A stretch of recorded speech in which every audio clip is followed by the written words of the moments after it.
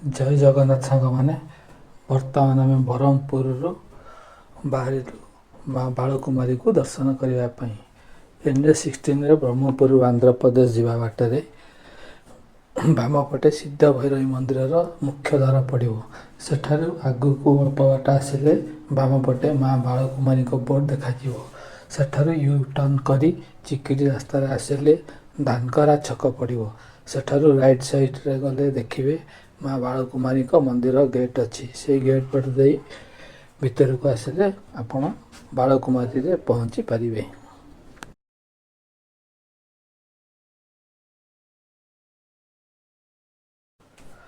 वर्तमान आम आसी पहुँची गलु माँ बालकुमारी पार्किंग एरिया रे सेठारु चलो जीवा देखिबा माँ बालकुमारी को दर्शन करवा। यही सीढ़ी बाटे ऊपर को जीवाक पड़ो एठार 214 सीढ़ी पर पड़ो माँ बालकुमारी मंदिर।